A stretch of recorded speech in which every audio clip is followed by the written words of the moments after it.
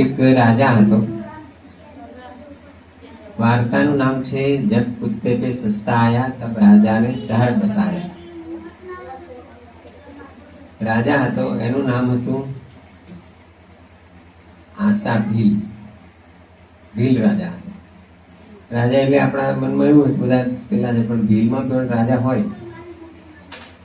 અત્યારે પણ ભીલ રાજાઓ છે એ ખબર છે કોઈને? એમનો દરબાર ભરાય છે, ભારત દેશમાં જ છે. તમારે ભણવામાં નથી આવતું?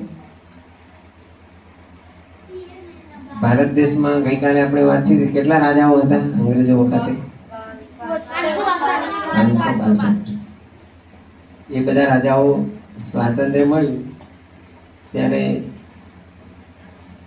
સ્વાતંત્ર્ય મળતા પહેલા નક્કી થઈ ગયું, અંગ્રેજોએ ત્યાંની પાર્લામેન્ટમાં ઠરાવ પસાર કર્યો કે ભારતને અમે સ્વતંત્રતા આપી દઈશું. ત્યાંથી એક માણસને એમણે મોકલ્યો વાઇસરોય તરીકે. એનું નામ હતું લોર્ડ માઉન્ટબેટન. અહીં આવીને એને બધા રાજાઓ, પછી અહીંના જે નેતાઓ હતા, સરદાર પટેલ, જવાહરલાલ નહેરુ, ગાંધીજી, આ બધાને મળ્યા. પછી એમણે એક આખી સિસ્ટમ બનાવી. 16 મેની યોજના કહેવાય. એ યોજના પ્રમાણે બધા રાજાઓ હતા એમને કીધું કે તમે બધા અંગ્રેજોનો જે રાજા હતો એના નીચે હાથ નીચે હતા.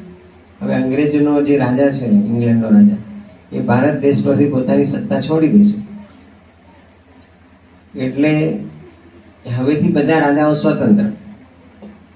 એટલે ભારત દેશ બને ખરો, એ સ્વતંત્રતા મળે, પણ બધા રાજા પોતપોતાનું રાજ, જે 562 રાજાઓ હતા જે પેલા ઇંગ્લેન્ડને ટેક્સ દેતા હતા, એ બધું બંધ. હવે કોઈને ટેક્સ આપવાનું નહીં. એટલે ભારત દેશની અંદર અમુક વિસ્તાર એવો હતો કે એ અંગ્રેજોના હાથ નીચે શાસન હતું. એમ અમુક વિસ્તાર એવા હતા કે જે રાજાના હાથ નીચે હતા. વાત કરી ને આપણે કે વડોદરા હતું તો રાજા હતા. આપણું આ ગામ છે એ અંગ્રેજોના રાજ્યમાં હતું.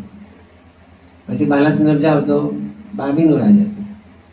આવી રીતે અલગ અલગ 562 રાજાઓ હતા અને અંગ્રેજોનું પણ શાસન હતું, 2 શાસન. પછી બધા રાજાઓને સ્વતંત્રતા આપી. તમારે જેવું કરવું હોય, તમારે સ્વતંત્ર રહેવું હોય તો છૂટ. ભારત દેશમાં ભળી